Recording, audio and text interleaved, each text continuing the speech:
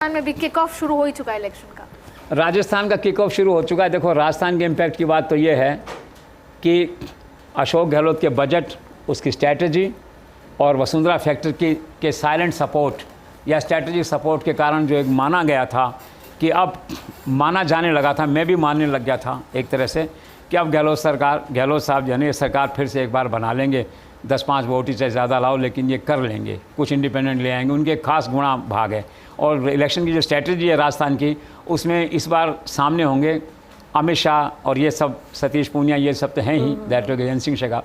तो स्ट्रैटेजी में तो जो है ना, अशोक गहलोत को पीटना बहुत मुश्किल होगा। एक एक वोट, एक गांव से 100 वोट निकला, यहाँ से 500 निकलेगा, कहाँ जाएगा, कहाँ आएगा, क्या है। तो स्ट्रैटेजी की विक्ट्री मैं मानता था जो है। लेकिन अब ये जो नई विचारधारा सामने आई है कि state leaders have no relevance, और वसुंधरा फैक्ट्री कितना कर पाएगा, नहीं कर पाएगा, साइलेंट सपोर्ट, ये देखने की बात है। और फिर क्या एक माहौल बनता है देश में। आज जो माहौल बना है तो उसमें गहलोत साहब के वापस लौटने के चांसेस अब 50-50 मानता हूँ मैं आज की स्थिति में। जो पहले मैं 80-90% मानता था, चुनाव है वैसे तो 10% 20% हमेशा रहता है, अब मैं 50-50 मानता हूँ। बहुत ज़्यादा करेगी आदित्य, 51 मान लो, एक व्यू पॉइंट।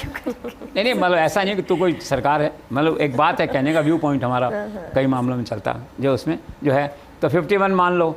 क्योंकि भाजपा का एक नया प्रयोग ये हो गया है ना कि अब यहाँ पे वसुंधरा राजे, सतीश पूनिया, गजेंद्र सिंह शेखावत, XYZ सब इररिलेवेंट हो गए हैं।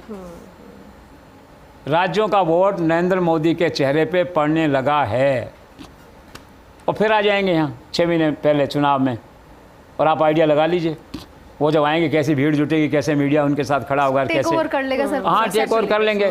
तो और फिर क्या है ना कि उसमें सब फैक्टर, देखो चुनाव में क्या होता है ना, everything is fair in love and वार। कुछ ऐसे काम भी होंगे जो इनकन्वीनियंट होंगे प्रेजेंट गवर्नमेंट्स के लिए, होता है ब्यूरोक्रेसी के लिए, दैट वे जो है। तो अभी क्या है कि आज का तो तापमान ये है।